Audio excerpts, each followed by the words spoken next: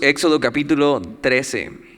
Y si te acuerdas, el pueblo de Israel por fin logra salir de Egipto. Y era algo que se veía muy lejano, era algo que se veía casi imposible, ¿no? Toda esta generación que va a salir de Egipto nacieron siendo esclavos. Ya ni se acuerdan de qué es lo que es ser libre. Pero Dios aparece, ¿no?, al encuentro de ellos, y Dios les revela el plan que tenía para ellos como un pueblo. Y entonces ellos recuerdan acerca de este Dios que les habían hablado y que les había llamado y les había escogido. Ahora ven a Dios actuar poderosamente en contra del, no solamente el rey más poderoso del mundo en este tiempo, sino del gobierno más poderoso de ese momento. La nación más influyente, más poderosa era Egipto, y ven a un Dios levantarse en contra de Egipto y una tras otra enjuiciar y castigar el pecado de Egipto, y al mismo tiempo dándoles libertad. Y llega la última plaga, que es la muerte de los primogénitos, que marca para siempre la historia, no solamente de los egipcios, que fue algo que se contó entre naciones, ¿no? Ellos tienen al Dios que fue contra los egipcios y ganó esta batalla. No solamente eso, sino cambió toda la manera de pensar y de ser del pueblo. Y cuando salen por fin y están saliendo de Egipto, Dios les tiene que decir algunas cosas más para lo que sigue en su caminar. Ellos por fin están saliendo de las fronteras de Egipto y van caminando. Y si te acuerdas, Dios incluso les proveyó a través de los mismos egipcios que decían: ¿saben qué? Ya váyanse y tomen, ¿no? O sea, les doy mis alhajas, lo que tengo de oro, con tal de que se vayan, ¿no? Porque habían visto que su Dios estaba en contra de ellos, porque ellos no habían querido obedecer a este Dios ni reconocerle. Y entonces empiezan a salir y todo.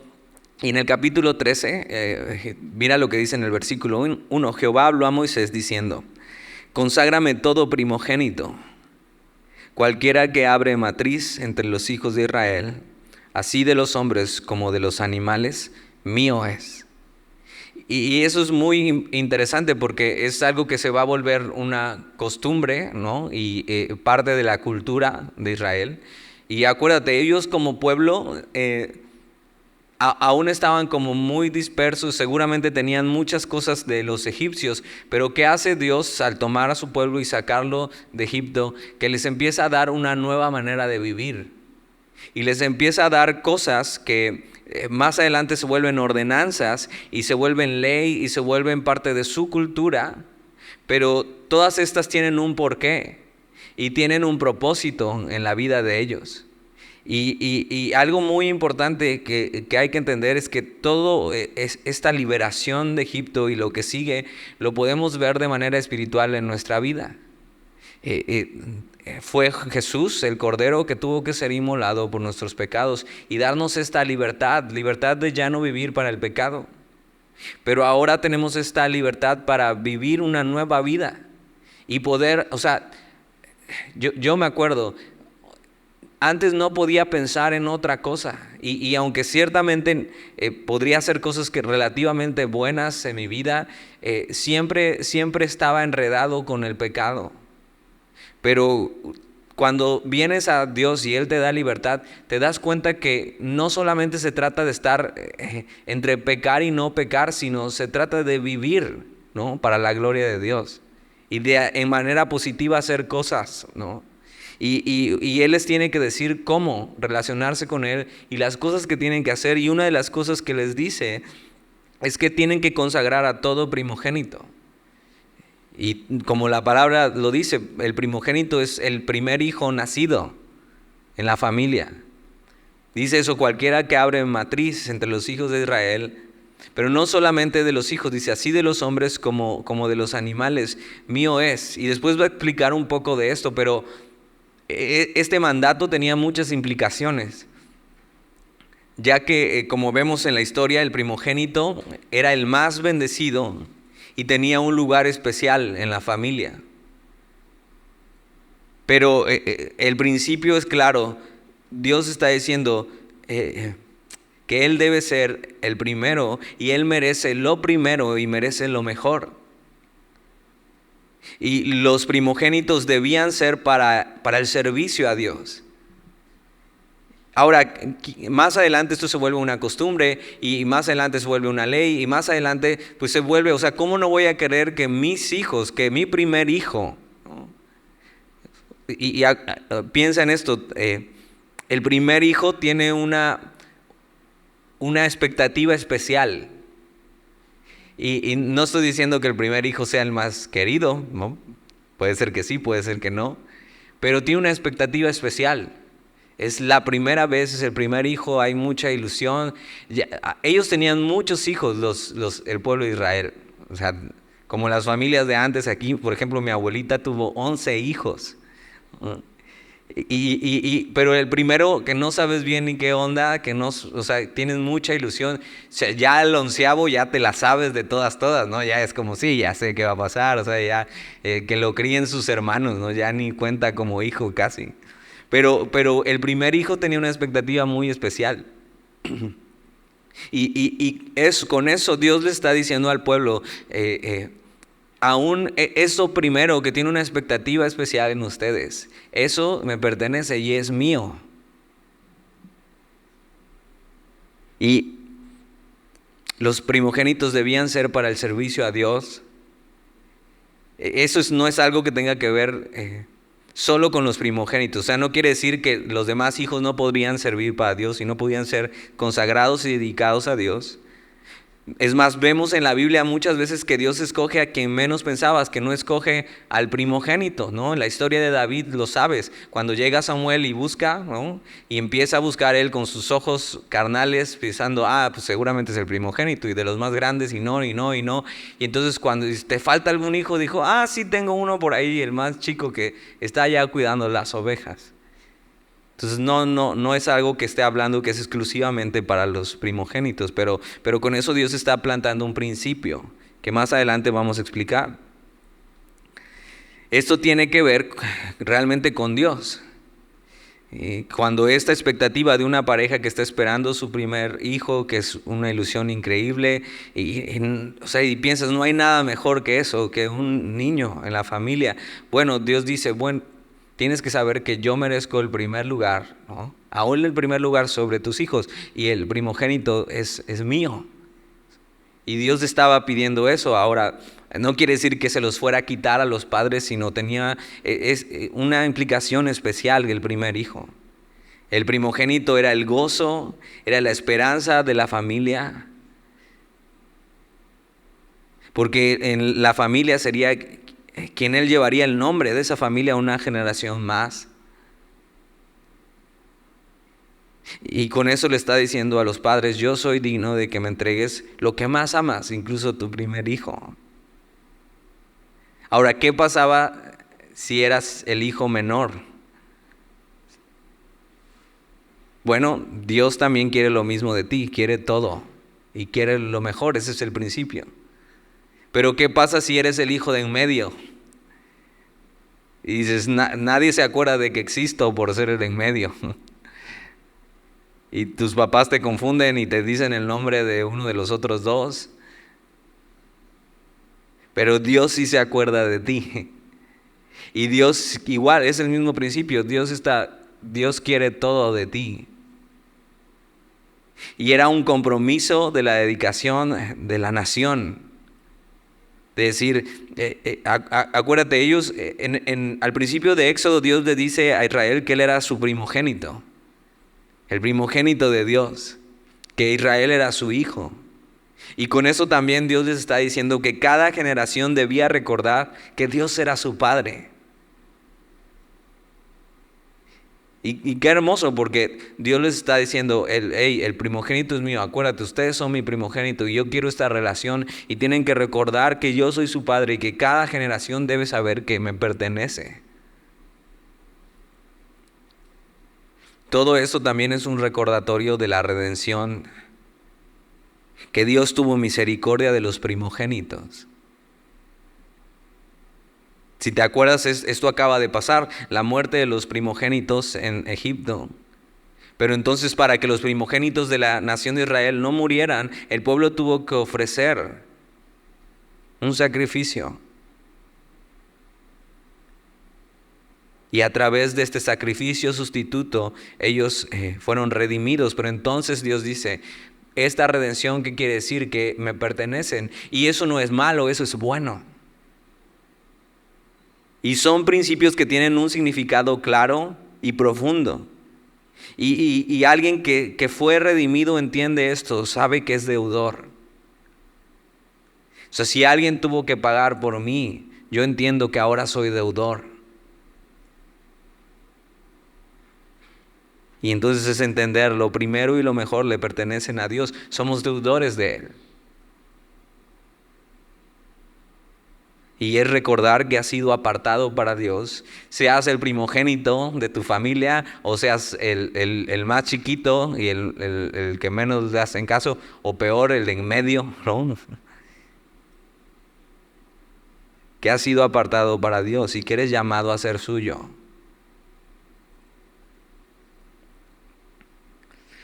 Y entonces Dios les dice eso, versículo 3.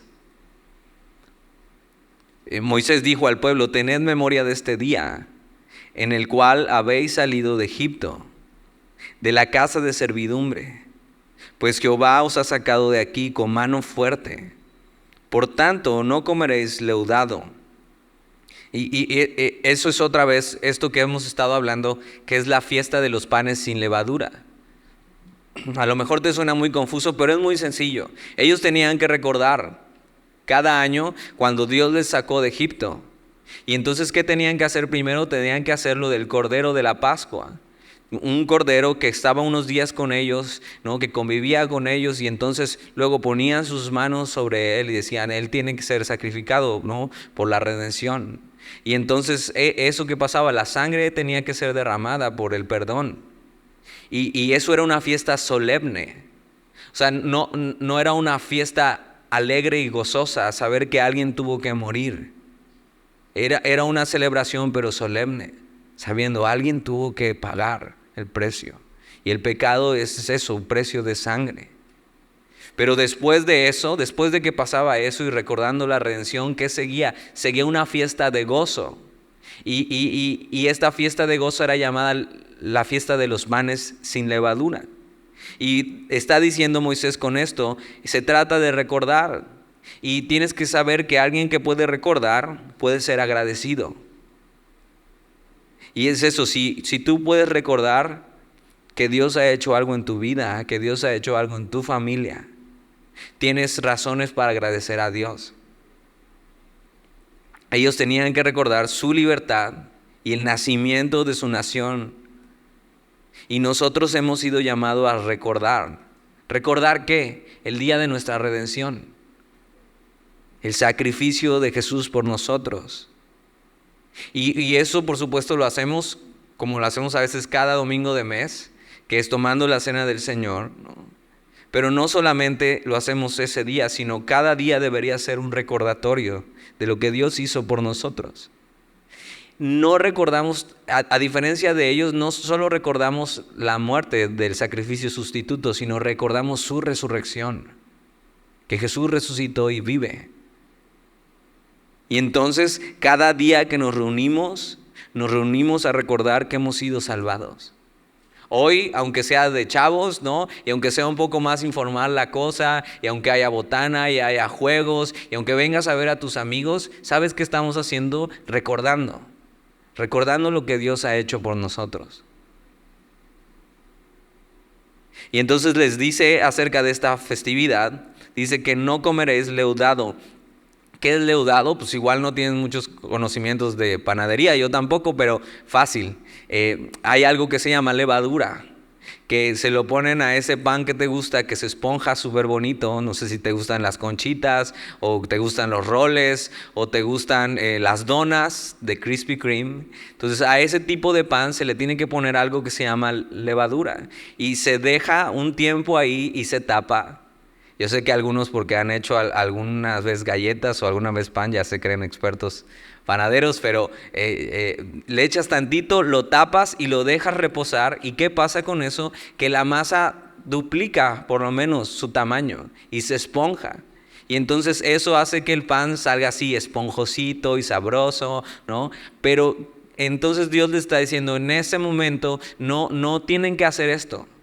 No tiene que haber nada leudado, tiene que haber, lo que vayan a comer no tiene que tener levadura. Dices, ¿por qué, Dios? ¿Porque a Dios no le gusta la levadura o qué? Pero no, lo que vemos en toda la Biblia es que representa el pecado. ¿Por qué? Porque adulteraba la masa. Y aunque el resultado era rico y era esponjosito, estás adulterando algo que era puro. Y entonces, en este mismo sentido, el pecado adultera, ¿no? O sea, transforma, distorsiona lo que debería ser puro. Y es una gran enseñanza acerca de esto. Y Él les dice, no comeréis leudado. Versículo 4. Vosotros salís hoy en el mes de Abib, y cuando Jehová te hubiere metido en la tierra del Cananeo, del Eteo, del Amorreo, del Ebeo y del Jebuseo, la cual juró a tus padres que te daría, tierra que destila leche y miel, harás esta celebración en este mes. Entonces, después de la Pascua, lo que seguía era esta celebración, pero ellos la iban a celebrar en un lugar y en un momento. No la iban a celebrar mientras caminaban en el desierto, sino cuando llegaran a la tierra prometida. Que de eso se trata un poco Éxodo, de ir caminando hacia esa tierra. Pero les dice, cuando lleguen ahí, cuando estén ya por fin bien, tienen que celebrar esta fiesta. Recordar esto, recordar lo que Dios ha hecho, recordar el sacrificio, nos debería llevar a vivir de manera distinta. Y algo que hacían ellos ya cuando esto se estableció en el pueblo, ya estaban en la tierra prometida y pasaron años, es que pasaba, como era algo externo, ellos pensaban, tengo que ser cumplido externamente con todo lo que Dios me pide al pie de la letra. Entonces, cualquier cosa que hubiera de levadura por ahí, la agarraban y la tiraban, ¿no? Y la hacían polvo y nada tiene que estar ahí. Pero es más fácil sacar las cosas externas de nuestra vida. Es más fácil incluso sacar cosas de nuestra dieta que de nuestro corazón. Es más fácil dejar de comer conchitas y donas, ¿no? Y roles. Es más fácil eso. Y sacar esos carbos de nuestra dieta que sacar cosas de nuestro corazón que están mal. Y Dios está implantando en ellos ciertas cosas para que ellos puedan tener una imagen, pero no se trata de lo externo, sino se trata de lo interno. Y ellos se volvieron expertos en hacer todas esas cosas externas sin cumplirlas, supuestamente al pie de la letra, pero no pusieron atención en lo que estas cosas significaban. Es más fácil dejar de comer pan que dejar de pecar. Y entonces esta fiesta era después del sacrificio. Y es que solo podemos vivir en pureza, que esto es lo que significaba esta fiesta. En pureza. Solo podemos vivir en pureza sabiendo lo que Jesús ha hecho por nosotros. Estaban conectadas estas dos fiestas. Primero era fiesta solemne, la de la Pascua. Y enseguida empezaba la fiesta de los panes sin levadura, que significaba pureza. Y solo podemos vivir en pureza sabiendo lo que Jesús ha hecho por nosotros. Y esta fiesta, a diferencia de la Pascua, esta es una fiesta que se debía hacer con gozo. Se debería hacer con gozo y no con tristeza. Sigue diciendo ahí, versículo 6, 7 días comerás pan sin leudar, y el séptimo día será fiesta para Jehová. Por los 7 días se comerán los panes sin levadura, y no se verá contigo nada leudado ni levadura en todo tu territorio. Y lo contarás en aquel día a tu hijo, diciendo, se hace esto con motivo de lo que Jehová hizo conmigo cuando me sacó de Egipto. Y era algo que se tenía que contar a la siguiente generación. Eran cosas externas, que eran solamente una forma de ejemplificar lo interno. Y la vida en pureza. Y cuando hablo de pureza, por supuesto que estoy hablando de pureza sexual, pero va mucho más allá de eso. La vida en pureza es una vida legítima, haciendo lo correcto, siendo honestos con Dios y con las personas. Y tienes que saber que hay gozo en este tipo de vida. Algunos piensan que es aburrido vivir privándote de lo que quieres hacer, pero es porque no han entendido. No es vivir privándote, es vivir haciendo lo que corresponde, en el tiempo que corresponde. En esta etapa en tu vida empiezas a entender que no puedes hacer lo que quieres porque trae consecuencias. A lo mejor cuando eras niño era mucho más fácil ser intrépido en la vida. Pero empiezas a darte cuenta que cada acto desencadena una consecuencia y cada vez es más grave.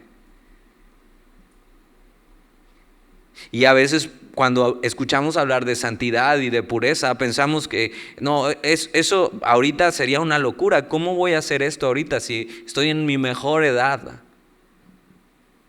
Y no es vivir privándote, es vivir haciendo lo que corresponde en el tiempo que corresponde.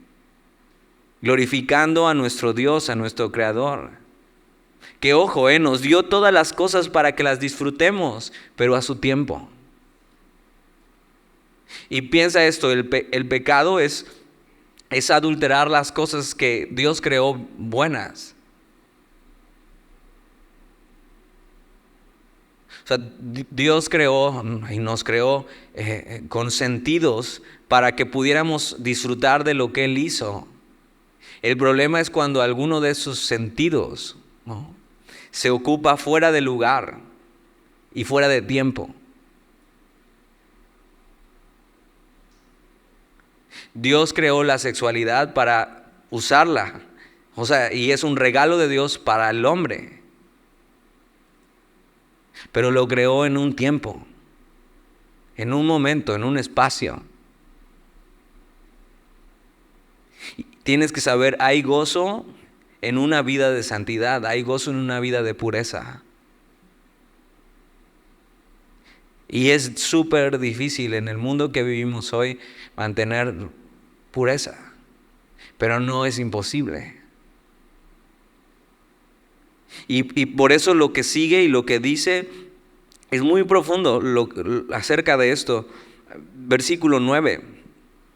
Dice, y te será como una señal sobre tu mano y como un memorial delante de tus ojos, para que la ley de Jehová esté en tu boca, por cuanto con mano fuerte te sacó Jehová de Egipto. Y les está diciendo, todas estas festividades y todas estas cosas que tienen que hacer y recordar, les tiene que servir como una señal sobre su mano, como un memorial delante de sus ojos. ¿Para qué? Para que la ley de Jehová, o sea, su palabra, esté en tu boca. Y ve cómo incluye los sentidos. Manos, ojos, y con eso también está hablando de la mente. Ahorita vamos a ver por qué. Y boca. Y es interesante porque si tú buscas hoy en internet una foto de un judío haciendo oraciones, vas a ver algo muy raro para nosotros. Y una de esas cosas es que tienen como un tipo de bolsitas en el brazo amarrado con un cinturón de cuero. Y tienen también un tipo de bolsita aquí de cuero en la cabeza, en la corona de la cabeza. ¿Qué pasó? Que eso se tomó así, se tomó externo también. Se tomó tan a lo externo que ellos instituyeron estas cosas. Y entonces, ¿qué son estas bolsitas? Estas bolsitas traen pedazos de la ley. Y entonces, en el medio de esas bolsitas están, según ellos, cumpliendo esto que dice que será como una señal sobre tu mano. Y entonces traen una bolsita como de cuero y ahí traen la palabra de Dios y la traen acá delante de sus ojos, que tienen que ver con la mente. Y también traen acá. ¿Y qué se volvió eso? Pues se volvió algo totalmente externo y religioso, donde ya competían hasta ver quién traía más. versículos, ¿no?, de la ley en sus bolsitas. Y se volvió algo tan externo y se perdió la importancia de lo interno. ¿Qué está queriendo Dios decir con esto? Que recordar estas cosas y tener en cuenta estas cosas, lo que Él ha hecho por nosotros, y entonces responder con una vida de pureza y de santidad, dice, será como una señal sobre tu mano. Y piensa eso, ¿qué es lo que haces con tus manos? Y lo que hago con mis manos debería ser una señal de que Dios me ha salvado. No es solo qué estás tocando con tus manos, por supuesto que va implícito, sino qué estás haciendo con ellas para su gloria. Si estás haciendo la voluntad de Dios hoy, en esta etapa de tu vida, de repente esta edad se puede sentir como si estuvieras en stand-by, como si tu única responsabilidad fuera la escuela. Y eso es un problema que a veces los papás han instituido. Y entonces cuando sales mal en la escuela te dicen, pero ¿cómo vas a salir mal si es tu única responsabilidad? Y el problema ha sido eso, que han puesto bajas expectativas en ti. Como pensando, lo único que importa en esta etapa de la vida es que termines tus estudios. Ojo, no soy enemigo de la escuela, aunque no me gustaba. Pero no es lo más importante en tu vida. Por supuesto, hazlo bien, hazlo para la gloria de Dios, saca las mejores calificaciones. Pero tienes que saber que no es tu única responsabilidad, sino hay más, ¿no? No es lo único para lo que sirves, sino hay más. Y no es lo más importante en tu vida, sino que hay más. Y entonces esta edad que a veces se puede sentir como en stand-by, es una edad donde realmente puedes hacer cosas muy importantes en tu vida. Por eso piensa, ¿qué Dios te ha dado en tus manos? ¿Qué dones, qué talentos, qué habilidades? Úsalas para su gloria.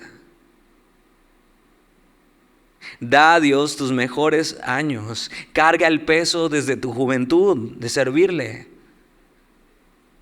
Yo a veces lucho un poco dentro de mí como pensar, es que, por un lado no menospreciarte y por un lado no pensar que bueno, está joven, no puedo pedirle ciertas cosas, no puedo, pero por otro lado también digo, no, sí deberían cargar más peso, sí deberían sentir responsabilidad acerca de lo que hacen con su vida delante de Dios. ¿Qué Dios te ha dado?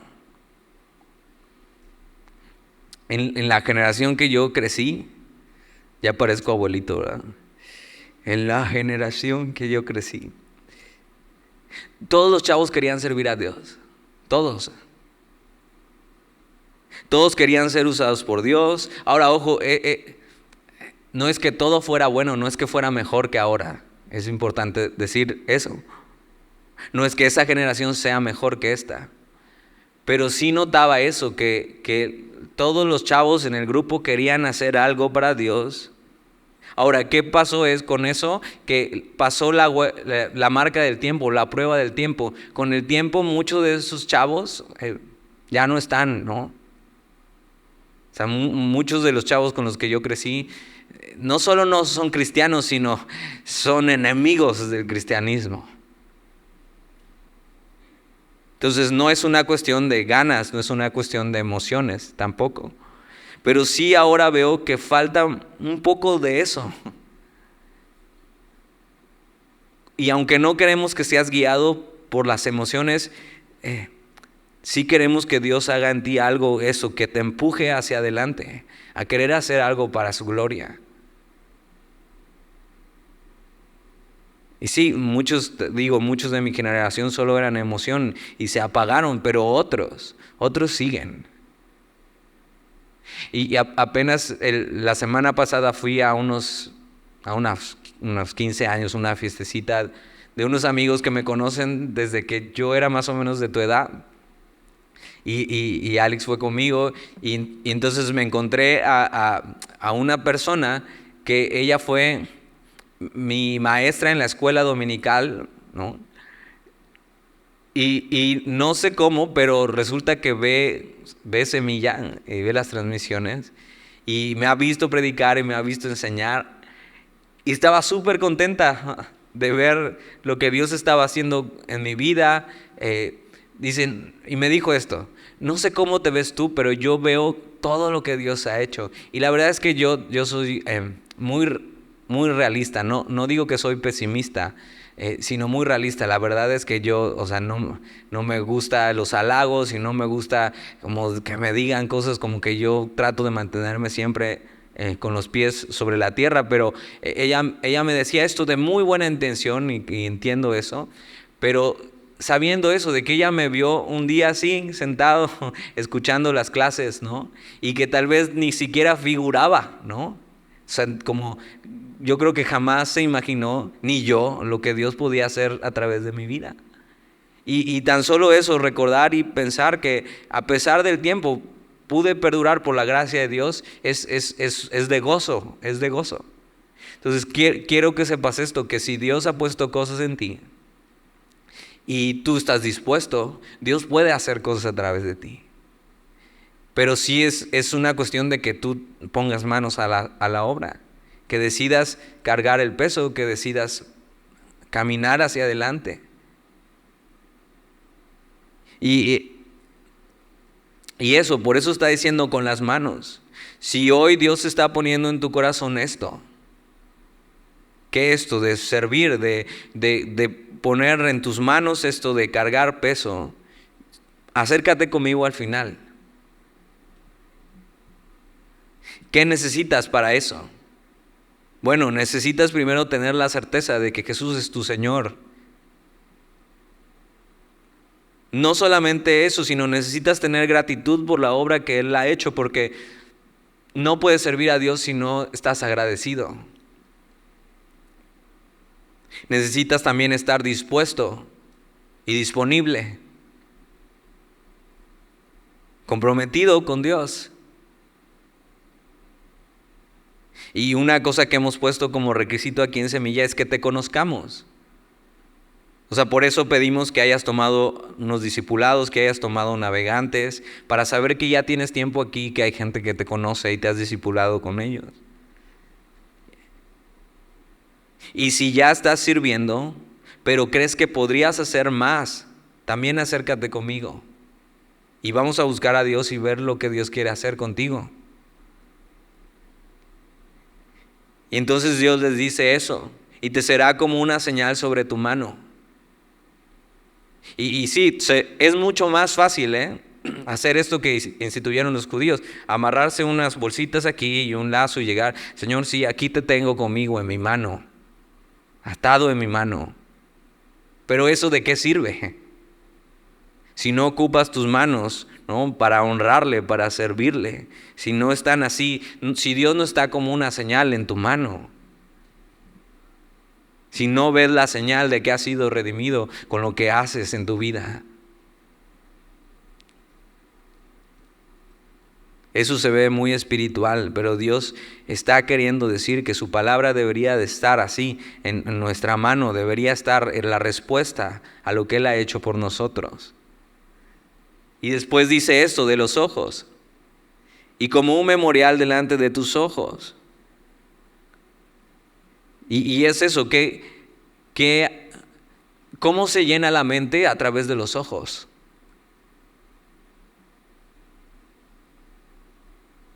¿Qué estás viendo en redes sociales? ¿Qué estás viendo cuando nadie te ve?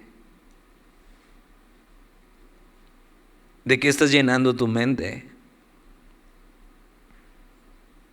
Y mientras pensaba en esto, uno de los males más graves de nuestra generación, y ojo, aún en la iglesia, es la pornografía. Y son imágenes que se quedan para siempre en la mente, que alimentan la mente, que la enferman. ¿Y sabes qué es lo peor? que cuando llegas al matrimonio, el matrimonio no es nada parecido a eso. No es la realidad.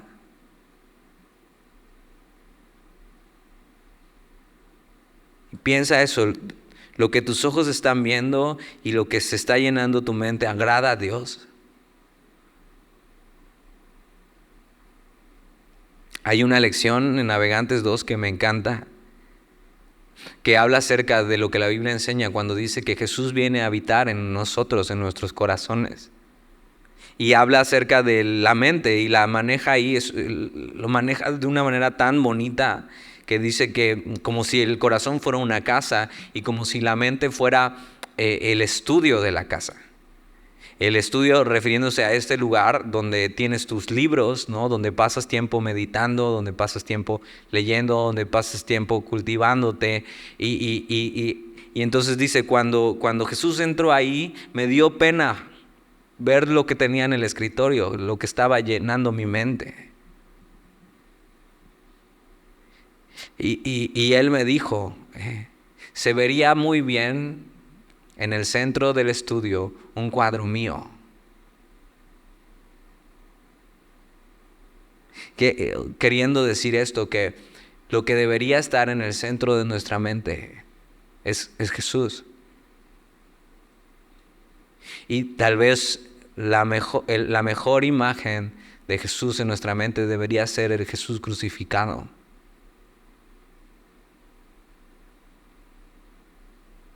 Un cuadro de Jesús muriendo por nosotros en el centro de nuestra mente. El sacrificio de Jesús en mi mente me va a hacer mantenerme puro.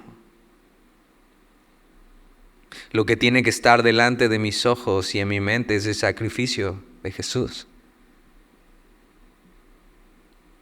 Y entonces dice eso, para que la ley de Jehová esté en tu boca. Entonces, haciendo esto y teniendo la mano presta para servir a Dios y la mente en el lugar correcto, entonces la ley de Jehová va a estar en mi boca. Y es eso, al valorar de tal manera su sacrificio, lo normal y lo que sigue es que su palabra esté en mi boca. Sus mandamientos. Ojo, aquí todavía no llega la ley, todavía no llegan al monte Sinaí donde Dios le da las tablas de la ley a Moisés. Pero ¿sabes qué sí hay en su mente? Lo que Dios ha hecho por ellos, que los ha liberado. Y sí está lo que Dios pide de ellos. Entonces, ¿qué estás hablando? Y no me refiero a malas palabras. O sea, de repente hay gente que se refiere a eso como, bueno, no digas groserías. Realmente creo que ese es tu menor problema. O sea, tu menor problema sería que se te saliera de repente una que otra. Ojalá eso fuera tu peor problema. Sino realmente lo que se refiere es cuál es tu tema en la vida.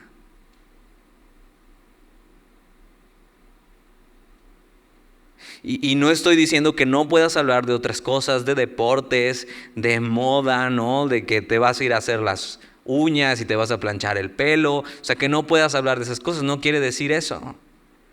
Que hables de la final de la Champions y que del América quedó campeón otra vez, ¿no? O sea, no es que todo lo que tienes que hablar tenga que ser Jesús, Jesús, Jesús, Jesús. Pero sí que tus temas deberían estar empapados y pasados por el filtro del amor de Dios y de su redención. Que eso sea como un corral en tu vida, que no te deje salirte a lo que no deberías estar diciendo.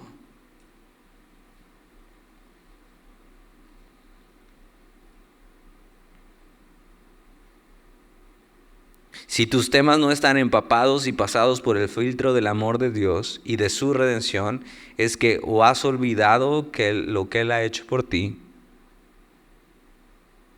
o es que realmente no has sido salvado por Él. Y puede ser que lo sepas, que te han enseñado cómo se ve la redención, lo que Jesús ha hecho por ti, pero realmente no lo hayas experimentado de manera personal. Pero si el Señor te ha salvado, entonces ¿qué estás haciendo con tu vida? Ellos tenían que guardar este rito como un mandato porque era algo externo, pero lo de nosotros ha sido completo. Para ellos era solo una sombra. Jesús no había venido, sino estaba siendo implantado eso en su mente para cuando Jesús viniera. Pero nosotros ya ha sido completa la imagen. Sabemos que ya no es algo externo, sino es algo interno. Y ya no es un simple mandato, sino es lo más lógico que podemos hacer con nuestras vidas después de haber sido salvados y redimidos. Y entonces, ¿qué está haciendo Dios y qué está haciendo Moisés? Ellos están saliendo y no han sido libres nunca. Y van a ser libres y empiezan a caminar hacia afuera. Pero entonces, ¿libres para qué? ¿De qué me sirve ser libre si no sé qué es lo que es la libertad? Y no sé qué hacer con mi vida. Y Dios les está diciendo, eso es lo que tienen que hacer con su vida. Responder a lo que yo he hecho por ustedes.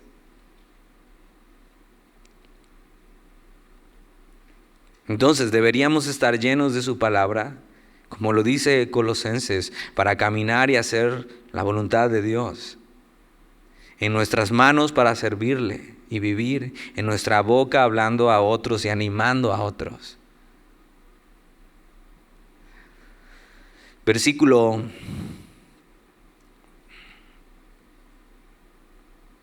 10. Por tanto, tú guardarás este rito en su tiempo de año en año.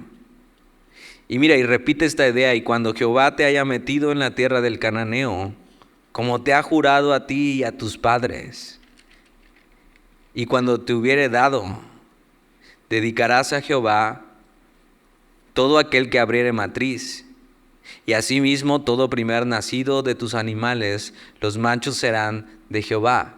Y otra vez le repite esta idea, pero está hablando de redención y vuelve con esta idea de los primogénitos y lo primero.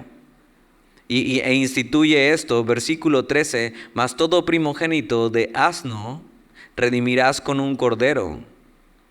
Y si no lo redimieres, quebrarás su cerviz. También redimirás al primogénito de tus hijos. Y está hablando de redención. Este principio que hay, el principio que hay aquí tiene que ver con el pago. Si todo primogénito de los animales era de Dios, quiere decir que era para sacrificarlo a Él. Y acuérdate, cuando vino esta última plaga, donde los primogénitos del pueblo de Egipto murieron, pero ellos fueron salvados, Dios les está diciendo, ahora son deudores. Y todo lo primero de ustedes me pertenece. ¿Me pertenece para qué? Para ser usado para sacrificio, para mi gloria, como olor fragante. Ahora, por ejemplo, da este ejemplo de un asno, que eran animales de trabajo, que se ocupaban, pero que no eran puros para el sacrificio, sino se llamaban inmundos. Decía, si quieres un asno, si es el primer nacido, y quieres usarlo para el trabajo, alguien tiene que pagar por él. Y está hablando de un cordero, que era un animal puro. Entonces tienes que intercambiar un cordero por un asno, porque el asno me pertenece. Pero si no lo quieres, si no quieres dar al cordero, puedes decirle al asno bye, ¿no? Quiebra su cerviz y sigue. Pero la idea es esta, tienes que saber que son deudores. Y vuelve con esta misma idea de los primogénitos de los hijos, que también le pertenecen a Dios. Y Él está implantando esto en ellos. Alguien tuvo que pagar y entonces son deudores. Con los hijos primogénitos, tienes que saber que en estos tiempos había culturas que literalmente sacrificaban a los hijos delante del dios Moloch. O sea, los mataban, los quemaban. Y Dios no está pidiendo eso. Está diciendo, ellos me pertenecen y son para mi servicio, pero si los quieres redimir, entonces tienes que saber que alguien tiene que pagar. Y dices, ¿y cómo funciona eso? Bueno, Dios estaba educando a su pueblo y les estaba enseñando un principio acerca de la redención, acerca del pago. Dios no necesitaba que le pagaran, pero Dios, cuando el evangelio llega y entonces entienden y hablan acerca de la redención y el pago, ellos dicen, no, Esto es lo que hemos hecho por años y no habíamos entendido. Y por eso cuando Pablo entiende el Evangelio, lo entiende mejor que nadie. Y Dios se lo revela y entendiendo todas las ceremonias que tenían como pueblo, entienden, aquí está Dios hablando el Evangelio desde el principio. Esta era su idea de redención.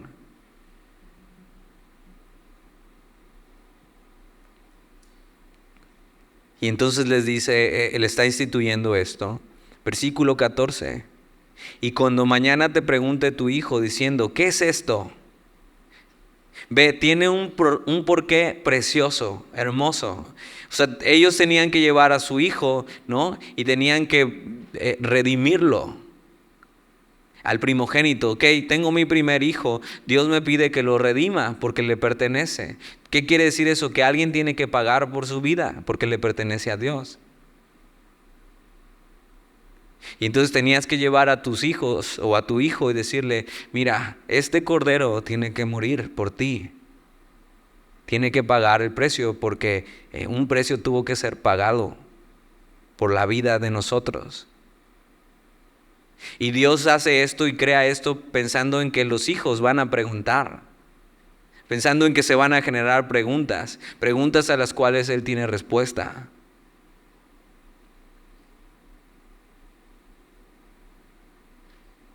Y tienes que saber que preguntar está bien.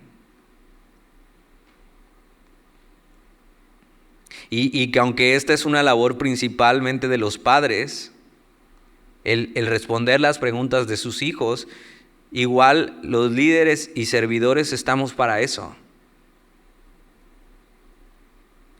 Ya cuando tú seas padre o madre, te tocará también hacer bien esta chamba. Pero a Dios no le dan miedo tus preguntas, ni le ofenden. Lo que le ofende es la incredulidad y el descaro. Pero Él tiene las respuestas para las preguntas honestas del corazón.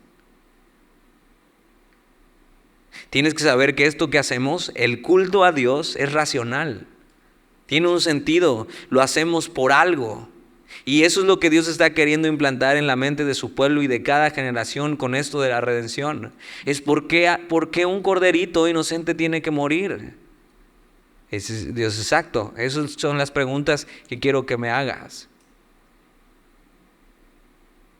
¿Por qué le tenemos que ofrecer a Dios? Porque somos deudores y alguien tiene que pagar.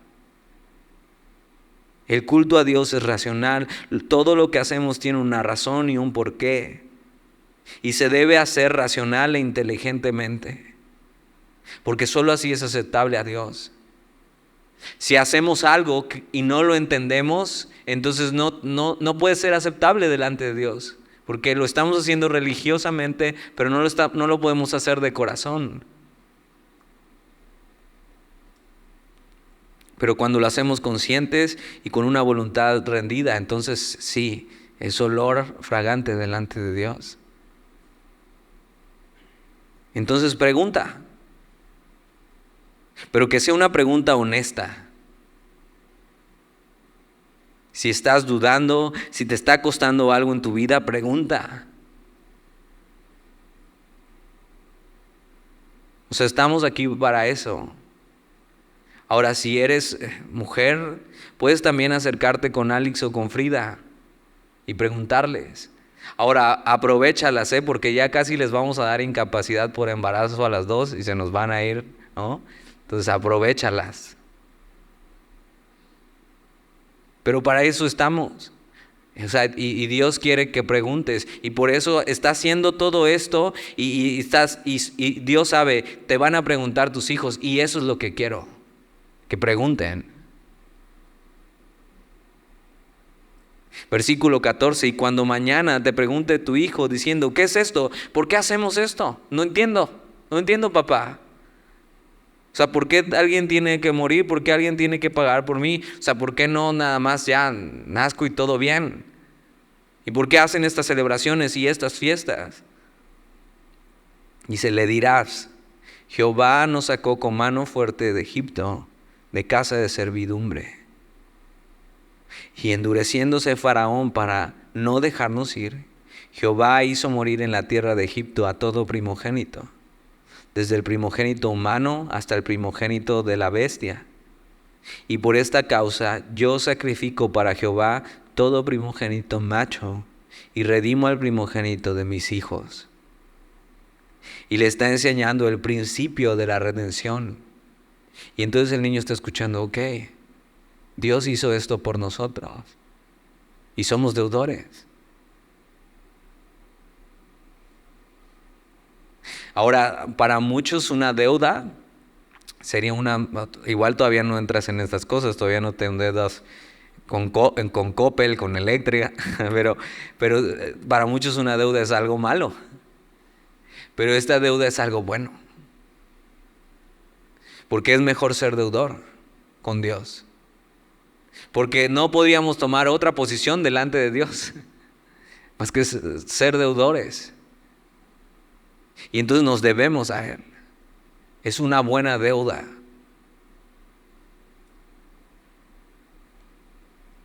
Versículo 16, y te será pues como una señal sobre tu mano y por un memorial delante de tus ojos, por cuanto Jehová nos sacó de Egipto con mano fuerte.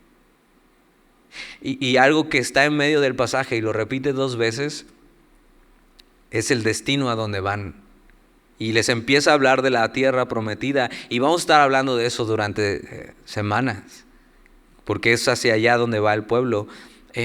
Pero le dice a Dios que cuando ellos lleguen allá es cuando lo tienen que hacer, porque cuando lleguen allá y estén instalados va a haber momentos de paz y va a haber momentos donde van a estar demasiado cómodos, y muchas veces esos momentos es donde olvidamos lo que Dios ha hecho por nosotros. Cuando estamos bien, cuando estamos mal es fácil venir y acercarnos. Dios es nuestro amparo y es nuestra ayuda y venimos fácil a Él, pero cuando estamos bien es fácil olvidar. Y Dios quiere que recuerdes y que está en el centro de tu mente lo que Él ha hecho por ti.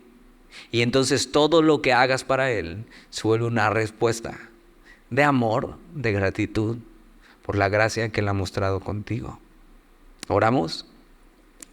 Gracias, Señor, por tu palabra. Gracias por salvarnos, Señor. Gracias por amarnos, por redimirnos y porque ahora somos deudores tuyos. Y es la mejor deuda que podríamos adquirir, porque te pertenecemos y eso es una buena noticia, porque somos tuyos, porque somos tus hijos y tú quieres tener un tiempo con nosotros y quieres amarnos, redimirnos, edificarnos, transformarnos. Aquí estamos, Señor, y queremos que esto sea como una señal en nuestra mano, con nuestra vida, como un memorial delante de nuestros ojos para recordar, para que tu palabra siempre esté en nuestra boca, para que tú, Señor, siempre estés reinando en nuestra vida, para que podamos vivir para hacer tu voluntad. Te damos gracias por tu palabra, Señor. Amén.